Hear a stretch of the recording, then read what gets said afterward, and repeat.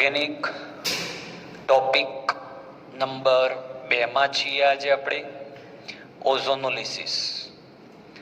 આની પહેલા આપણે એક ટોપિક શીખી લીધો છે અને એ ટોપિક હતો એરોમેટિકતા. આ બીજો ટોપિક છે ઓઝોનોલિસિસ.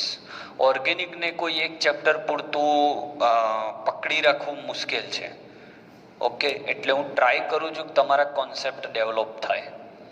ઓઝોનોલિસિસ મુખ્યત્વે આલ્કીન અને આલ્કાઇનમાં જોવા મળે. કેવી રીતે આ મદદ કરશે આપણને એ પણ હું તમને બહુ ડિટેલમાં કહીશ.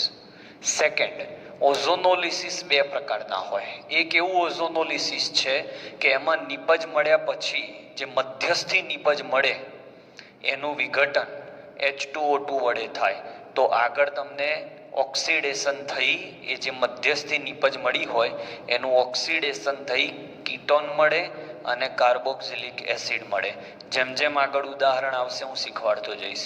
અને રિડક્ટિવ ઓઝોનોલિસિસમાં એવું હોય કે જે વિઘટન થયું હોય જે મધ્યસ્થી બને જેને ટ્રાયઓઝોનાઇડ કહીએ છીએ, હમણાં શીખવાડું છું. એમાં તો તમે ઝિંક કે ડાયમિથાઇલ થાયોઇથર વાપર્યો હોય તો તમને છેલ્લી નિપજ કીટોન અથવા આલ્ડીહાઇડે અટકી જાય, ત્યાંથી એનું આગળ ઓક્સિડેશન ના થાય. એટલે H2O2 વાપરો તો આગળ ઓક્સિડેશન થાય, H2O2 ના વાપરો તો આગળ ઓક્સિડેશન ના થાય. એટલે એને રિડક્ટિવ કહી દીધું અને આ ઓક્સિડેટિવ. જેમ કે આલ્કીન છે એનું ઝિંક વડે ઓઝોનોલિસિસ કરું છું તો એ આલ્ડીહાઇડે અટકી જશે. પણ જો એનું ઓઝોનોલિસિસ કર્યા પછી H2O2 વાપરું છું તો એ આલ્ડીહાઇડને આગળ શેમાં રૂપાંતર કરી દેશે? Carboxylic acid. અને એને તમે ગરમ કરો એટલે CO2 અને પાણીના અણુ દૂર થાય. ઓકે, તો આ રિએક્શનને હું વેલ ડિટેલમાં એક્સપ્લેન કરવાનો પ્રયત્ન કરું છું. જો આ તમારો CH2 ડબલ બોન્ડ CH2 છે. ઓકે, હવે ઓઝોનોલિસિસ એ સ્ટેપ 1 છે. ઓકે, આ ઓઝોનોલિસિસ જે છે એ તો ઓક્સિડેટિવ હોય કે રિડક્ટિવ એ તો સેકન્ડ સ્ટેપમાં આવે. પહેલા તો ઓઝોનોલિસિસ છે જ, એટલે અહીંયા CH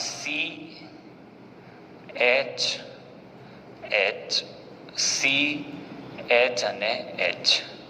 પછી અહીંયા આ રીતે ઓઝોન ગોઠવાઈ જાય. વચ્ચે એક સ્ટેપ મેં કાપ્યું છે ખરેખર, પહેલા નીચે ગોઠવાય પછી રીઅરેન્જમેન્ટ થાય.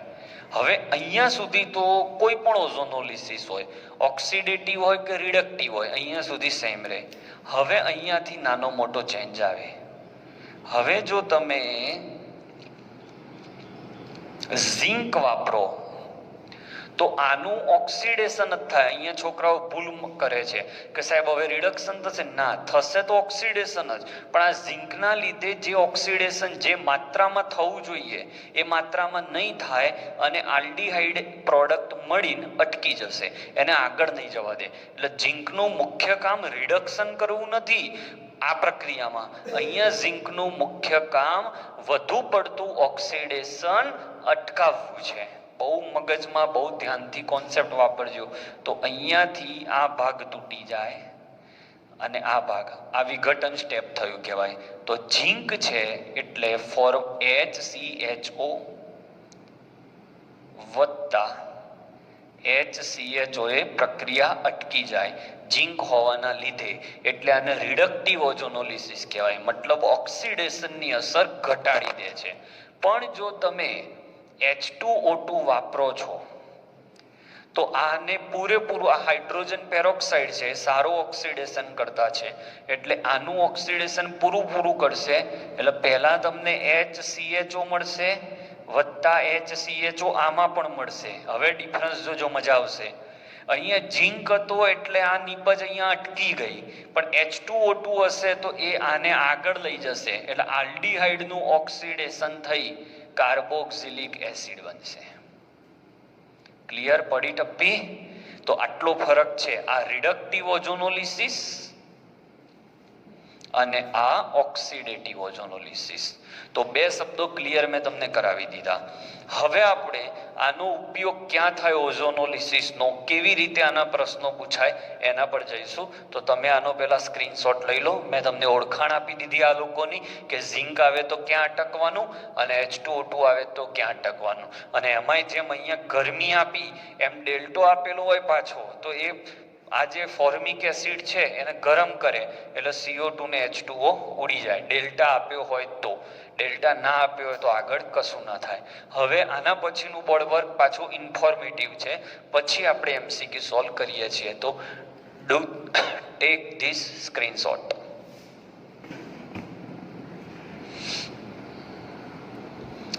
આ સ્ક્રીનશોટ પહેલા લેવાનો છે, આ તમારા ચોપડામાં લખી રાખજો. ચલો બાળકો, હવે આપણે ઓઝોનોલિસિસ બે પ્રકાર શીખી લીધા. હવે ઓઝોનોલિસિસનો ફાયદો શું એના પર ચર્ચા કરીએ. ઓઝોનોલિસિસ થી તમને માહિતી શું મળે? તો માહિતી નંબર 1, આલ્કિનમાં દ્વિબંધનું સ્થાન ખબર પડે. કેવી રીતે? તો હમણાં શીખવાડું છું. હવે તમને આપેલું સંયોજન એમ કહી દે કે ભાઈ આ સંયોજન અસંતૃપ્ત છે, રાખો તમારી જોડે, અને બતાવો કે આ અસંતૃપ્ત જે સંયોજન મેં આપ્યું એ આલ્કિન છે કે આલ્કાઇન છે. તો આનાથી ખબર પડશે. કેવી રીતે હું સમજાવું છું. ત્રીજું, તમને જે આલ્કિન આપ્યો છે એ સમમિત છે કે અસમમિત છે એ જાણી શકાય. ઓકે, તો આ એની ઉપયોગિતા છે ઓઝોનોલિસિસની. હવે કેવી રીતે જાણી શકાય? તો આવો બીજા ભાગમાં જ્યાં હું તમને સમજાવું કે કેવી રીતે ખબર પડશે. જો તમને નિપજો બે સરખી મળે, એટલે બંને નિપજ સમજી લો કે ફોર્માલ્ડીહાઇડ બની, બંને HCHO બની, તો સમજી લેજો કે લીધેલો આલ્કિન સમમિત છે. તો જ બે સરખી નિપજ મળે, કારણ કે બે સરખા ભાગ થાય. પણ જો આ અસમમિત હશે તો આ ભાગ અલગ હશે ને આ ભાગ અલગ હશે, એટલે બે નિપજ જુદી મળશે. એટલે જો બે નિપજ સરખી મળતી હોય તો પ્રક્રિયક સમમિત આલ્કિન જોઈ લેવાનો. તમને એમ કે નીટની કે જીની પરીક્ષામાં કે એક સંયોજન એનું ઓઝોનોલિસિસ કરી ઝિંક વડે વિઘટન કરતા 2 મોલ ઇથેનોલ બને છે, તો મુખ્ય પ્રક્રિયક જણાવો. તો 2 મોલ ઇથેનોલ એટલે બે સરખા થયા, તો 2 ને 2 4 કાર્બન, 4 કાર્બન વાળો આલ્કિન હશે અને દ્વિબંધ વચ્ચે હશે. તો આલ્કિનની પ્રકાર પણ જાણી શકાયો અને દ્વિબંધ ક્યાં હશે એ પણ ખબર પડી. હવે આ જ પ્રશ્ન આ રીતે આવે કે એક સંયોજન એનું ઓઝોનોલિસિસ કરતા પછી ઝિંક વડે વિઘટન કરતા મિથેનોલ અને પ્રોપેનોલ બને છે. તો મિથેનોલ 1 કાર્બન, પ્રોપેનોલ 3 કાર્બન, તો કાર્બન તો 4 જ થયા. પણ બે પ્રક્રિયાઓ બે નિપજો જુદી છે, મતલબ અહીંયા દ્વિબંધ સમમિત નહીં હોય, વચ્ચે નહીં હોય, આગળ હશે. એટલે મિથેનોલ એટલે 1 કાર્બન અલગ અને 3 કાર્બન અલગ. તો મેં જે વાત કરી હતી આ રીતે ડાયરેક્ટ એપ્લાય કરવાની. હવે આટલે સુધી તો બધા જાણે છે, પણ જો બે દ્વિબંધ આવી જાય તો શું કરવાનું? તો શું કરીશું? બે દ્વિબંધ આવી જાય તો આ દ્વિબંધ તોડી નાખવાનું. તો આ થઈ નિપજ નંબર 1. આ દ્વિબંધ તોડી નાખવાનો, તો આ થઈ તમારી નિપજ નંબર 2. અને જે વચ્ચે 2 કાર્બન વધ્યા એ નિપજ નંબર 3. આ ડેશ ડેશ એટલે કર્યા છે કે જે જોડાયું હશે એ મળશે. H હશે તો H ને જે હશે આના પર જે હોય આ ડેશ મૂક્યા ત્યાં મૂકવાના. 2 દ્વિબંધ હોય તો 3 નિપજ મળશે. ઓકે, હવે ત્રિબંધ હોય તો શું? તો ત્રિબંધ હોય તો અહીંયાથી બંધ તૂટે, છતાં C અને C વચ્ચે એક બંધ રહી જાય, અને જે 2 બંધ તૂટ્યા ત્યાં OO લાગે, એટલે પાસેના કાર્બન પર કીટોન આવ્યો. આને ડાયકીટોન કહેવાય. એટલે જો નિપજમાં ડાયકીટોન મળે તો આલ્કાઇન, અને નિપજમાં સિંગલ કીટોન કે સિંગલ આલ્ડીહાઇડ મળે તો આલ્કિન. આ રીતે ઓળખવાનો. અને એમાંય ટર્મિનલ આલ્કાઇન હોય.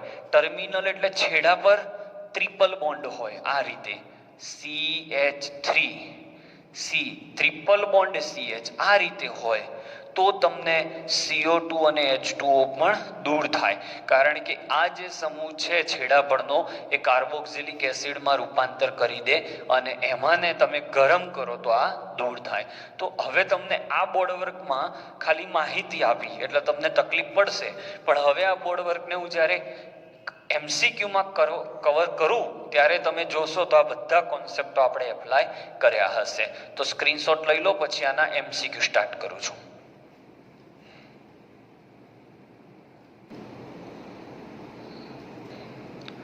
ચલો હવે એમસીક્યુ સ્ટાર્ટ કરું છું. એક એમસીક્યુ પહેલો છે ઓઝોનોલિસિસ ઝિંક.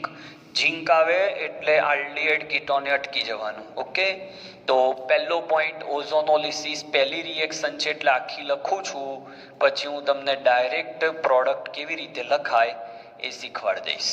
હવે આમાં સીધો ભાગ તૂટી જાય, આ ભાગ અલગ, આ ભાગ અલગ, તો અહીંયા HCHO વત્તા HCHO બે નિપજ સરખી મળી એટલે તમારો પ્રક્રિયક સંમિત આલ્કીન છે. અહીંયા જુઓ તો આ દ્વિબંધ તોડી નાખવાનો, તો આ દ્વિબંધ તૂટી જાય, ત્યાં ઓઝોન આવી જાય. આ રીતે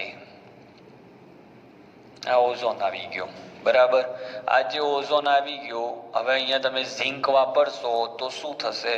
તો જો તમે ઝિંક વાપરશો એટલે આ ઝિંક આઓને દૂર કરશે અને અહીંયા આ જે છે ને ઓ એ આલ્ડીહાઇડમાં રૂપાંતર પામી દેશે, આ કાર્બન, એટલે અહીંયા બની જશે CHO CHO. ઓકે, CH, અહીંયા H હોય ને, કઈ ના હોય ત્યાં H તો હોય. આ રીતે ચલો હવે આનું ઓઝોનોલિસિસ કરીએ તો સંમિત આલ્કીન. હવે ડાયરેક્ટ શીખવાડું, ડાયરેક્ટ. હવે જુઓ સીધું અહીંયાથી બંધ તોડી દેવાનો એટલે તમને આ એક અલગ નિપજ, એક અલગ નિપજ, તો અહીંયા તમને બની CH3CHO પ્લસ CH3CHO. બે સરખી નિપજ છે જે દર્શાવે છે કે લીધેલ પ્રક્રિયકનો આલ્કીન સંમિત આલ્કીન છે. ઓકે, હવે મેં ઊંધો પ્રશ્ન લીધો છે. બે નિપજ આપી છે તો મુખ્ય પ્રક્રિયક જણાવો. ઓઝોનોલિસિસ થી આ બે નિપજ મળી, એસિટોન અને આ, તો શું કરવાનું? આ લખી દો CH3 C અને CH3. આ જે O છે ને એ કાઢી નાખો, આ લખી દો C, આ C ઉપર H અને એના પર CH3 અને અહીંયા વચ્ચે ડબલ બોન્ડ કરી દો. ઓકે, તો આ રીતે તમે એમસીક્યુ સોલ્વ કરી શકો છો. ક્લિયર? 4 એમસીક્યુ. તો એકમાં એક અને બે રિએક્શન આખી શીખવાડી, બીજી બે રિએક્શનમાં એકમાં આમ ગયા અને બીજામાં આમ ગયા. સ્ક્રીનશોટ લઈ લો, બીજા એમસીક્યુમાં આગળ વધીએ. હવે ઓઝોનોલિસિસ ચાલી રહ્યું છે, એમાં H2O2 લીધા એટલે આ ઓક્સિડેટિવ છે, મતલબ આ આલ્ડીહાઇડ પર અટકશે નહીં.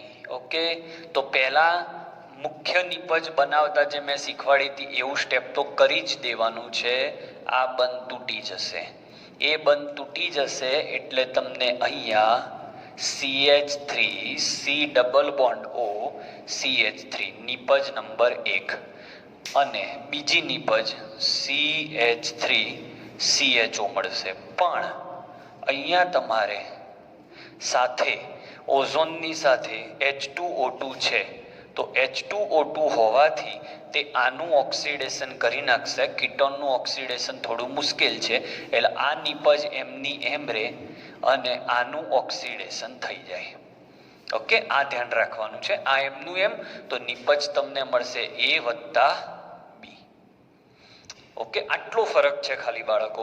ઝિંક વાપરશો તો અહીંયા પ્રક્રિયા અટકી જશે અને H2O2 વાપરશો તો ઓક્સિડેટિવ થશે, આગળ થશે પ્રક્રિયા. ચલો હવે પાછી ઝિંક વાપર્યો એટલે અટકી જશે, પણ અહીંયા બે ત્રિબંધ છે તો ટેકનિક મેં આપી છે. અહીંયાથી બંધ તોડો, અહીંયાથી બંધ તોડો, તો શું બન્યું બોલો? આ ભાગ અલગ પડી ગયો, તો અહીંયા શું બની ગયું? CH3CHO પ્લસ આ ભાગ અલગ પડી ગયો CH3CHO. વચ્ચે બે કાર્બન વધ્યા, એ તો એકબીજા સાથે જોડાયેલા છે એટલે CHO આ રીતે વપરાય. Okay, clear? ખબર પડી? 2 મોલ ઓઝોન વપરાશે તો સમજી જવાનું, એક ત્રિબંધને તોડવા 1 મોલ ઓઝોન વપરાય તો 2 ત્રિબંધને તોડવા 2. હવે ફરીથી H2O2 આવ્યો એટલે મેં તમને કહ્યું છે એમ અટકવાનું નહીં, આગળ વધવાનું. ક્યાંથી બંધ તોડીશું? ટેકનિક યાદ કરો, સીધા અહીંયાથી દ્વિબંધ તૂટી જશે. એ દ્વિબંધ તૂટ્યો એટલે એની જગ્યાએ O આવશે અને આ CH3CH જે છે એ CH3CHO બનશે અને જે H2O2 છે એ આનું આગળ ઓક્સિડેશન કરી દે. એટલે નિપજ મળશે A વત્તા B. ચલો છેલ્લું O3 પ્લસ H2O2 વળી પાછો ડેલ્ટા પણ છે. ડેલ્ટા એટલે ગરમી. તો ત્રિબંધને ભૂલી જવાનો, આ ત્રિબંધ તોડી નાખો. એ ત્રિબંધ તોડી નાખો ત્યાં ડબલ બોન્ડ O આવી જાય, ડબલ બોન્ડ O આવી જાય. ક્લિયર? બહુ શોર્ટકટ, બહુ ઇઝી. ત્રિબંધ તોડીને O આપી દેવાના. હવે આ કીટોન છે, જો હું તમને આ લખીને બતાવું આ રીતે, C ડબલ બોન્ડ O છે, આ અહીંયા H, સોરી આલ્ડીહાઇડ છે, CH2, હવે આલ્ડીહાઇડ છે, બરાબર. હવે તમે જોશો તો અહીંયા H2O2 છે, એટલે H2O2 આનો છેડો નહીં મૂકે, આના કાર્બોક્સિલિક એસિડમાં રૂપાંતર કરશે, એટલે C double bond O OH CH2 અને C ડબલ બોન્ડ O અને OH. ઓકે, અને હવે આને જો તમે ગરમ કરો છો તો પાણીનો અણુ દૂર થશે. ઊંચા તાપમાને ગરમ કરશો એટલે પાણીનો અણુ આમાં દૂર થઈ જશે. એક H અને આ 2H, એટલે -2 મોલ પાણી જતું રહેશે. 1H અને 2H જતા રહ્યા. ઓકે, તો જે વધ્યું એ ધીમે ધીમે લખો. તો C 2H અને 2H, આ 4H અને આ 2 O ગયા. આટલો ભાગ ગયો. જો હું રેડ પેનથી બતાવું છું, આ ભાગ અને આ જતા રહ્યા. જે વધ્યું એ લખો. તો C, પાછો C અને પાછો C. હવે આનો 2H2 ગયા એટલે એક બંધ અહીંયા બનાવશે, એક બંધ અહીંયા બનાવશે. ડબલ બોન્ડ O અને ડબલ બોન્ડ O. આ તમારી નિપજ. તો આલ્કિનનું ઓઝોનોલિસિસ અહીંયા પૂરું થયું. હવે આના પછીના બોર્ડ વર્કમાં આલ્કાઇનનું જોઈશું. તો આનો પણ તમે સ્ક્રીનશોટ લઈ લો.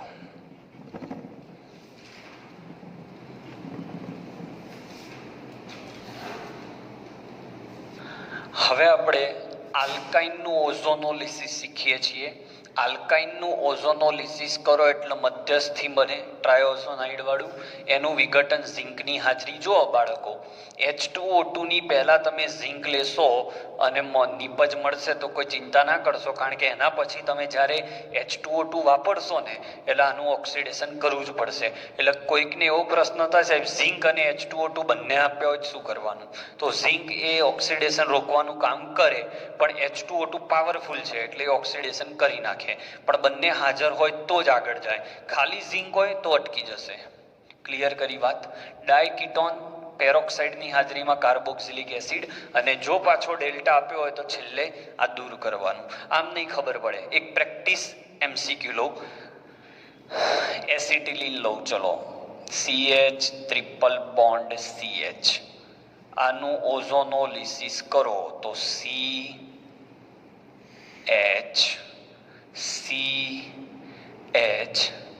અને અહીંયા આ રીતે આ મળે, બરાબર.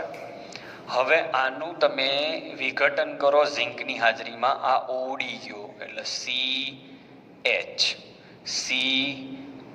આ બંધ એમનો એમ, અને આ જે બંધ હતો એ ડબલ બોન્ડ થઈ ગયો. તો જો ડાયકીટોન બન્યો એટલે ડાયકાર્બોનિલ.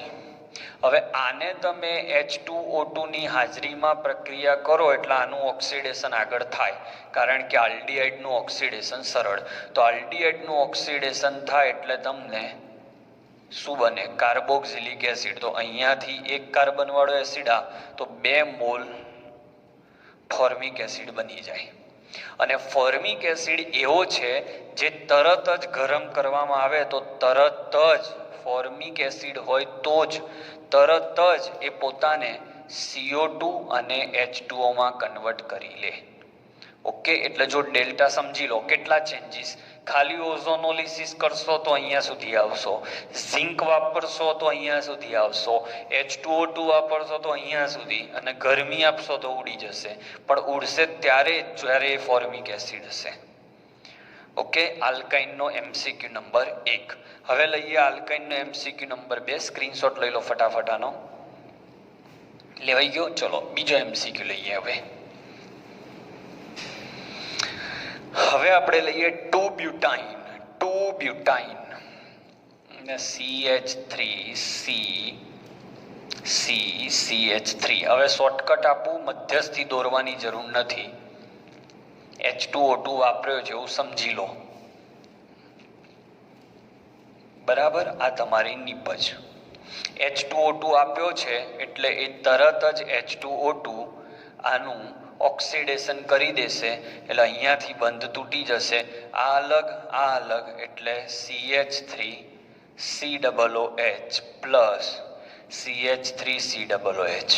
આને ગરમ કરો તો પણ સરળતાથી CO2 કે H2O છૂટા પડતા નથી. આ વાતની સાબિતી છે કે અહીંયા ટ્રિપલ બોન્ડ વચ્ચે છે.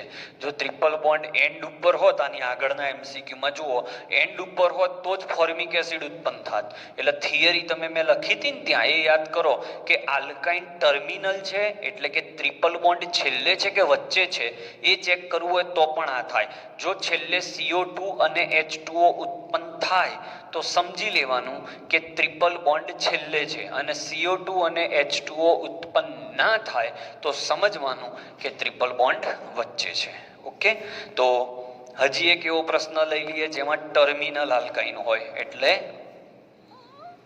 છેલ્લે હોય. ચલો તો ફરીથી મદદ કરજો આમાં મને. બોલો શું નિપજ મળશે? તો CH3 C ટ્રિપલ બોન્ડ ભૂલી જવાનો, સિંગલ બોન્ડ કરી દેવાનો, H મૂકી દેવાનો, બાકી ડબલ બોન્ડો. હવે તમે H2O2 વાપરશો, શું થશે? પ્રેક્ટિસ થઈ ગઈ હવે તો. અહીંયાથી બંધ તૂટી જશે. જેવો બંધ તૂટશે એટલે તમને CH3COOH પ્લસ HCOOH બનશે. આનું વિઘટન મુશ્કેલ છે, આનું વિઘટન સહેલું છે. એટલે CO2 અને H2O ઉત્પન્ન થાય. આ સાબિત કરે છે કે ટ્રિપલ બોન્ડ છેલ્લે છે. તો મિત્રો, મેં મારો પૂરતો પ્રયત્ન કર્યો છે ઓઝોનોલિસિસમાં તમને આવડે. ભૂલો કાઢવી હોય તો 50 નીકળે, અને આને સાચું માનીને ભણવું હોય તો આપણા લેવલે ગુજરાતી મીડિયમના બાળકોને તકલીફ ના પડે એટલે મેં આ સિરીઝ ચાલુ કરી છે. ખોડખા પણ કાઢવી હોય તો 50 નીકળશે, બરાબર, પણ પ્રયત્ન મેં મારો બેસ્ટ કર્યો છે. ઓછા સમયમાં તમને કેવી રીતે માર્ક્સ, ઓર્ગેનિકથી જે બીક લાગે છે એ બીક દૂર કરવાનો એક નમ્ર પ્રયત્ન છે. કોઈ એમ કે હજી આને આવું હોય તો શું કરવાનું? અલ્યા ભાઈ, બાળકને આટલું નથી ફાવતું, ક્યાં આવું હોય તો દૂર. જે પૂછાય છે આપણે એની ચર્ચા કરી રહ્યા છીએ. જેટલું ડીપમાં જવું હોય એટલું જવાય. હું પહેલાથી કહું છું કે હું કોઈ જ પ્રકારે પરફેક્ટ કે હું બેસ્ટ કે મને જ બધું આવડે છે એ મગજમાં રાખીને હું નથી ભણાવતો. હું એ જ ભણાવું છું કે મારા બાળકને ખબર પડે, એને પડતી તકલીફો દૂર થાય. બાકી મારામાં ઉણપ હોઈ શકે છે. કોઈ આની જગ્યાએ બીજા કોક અણુ આપીને એમ કે લાવો હવે આનો જવાબ, તો મૂકી રાખવાનું કે નહીં પૂછાય એવું સમજીને જવા દેવાનું. એટલે મને જેટલું ફાવે છે એટલું હું તમારી સામે મૂકી રહ્યો છું. બિકોઝ પહેલાંથી હું કહું છું કે I am not perfect, I am trying to give you my best, પણ ઉણપ હોઈ શકે છે. ઓકે, સો ટ્રાય કરજો કે આ વિડીયો બધા પૂરા જુઓ. Thank you.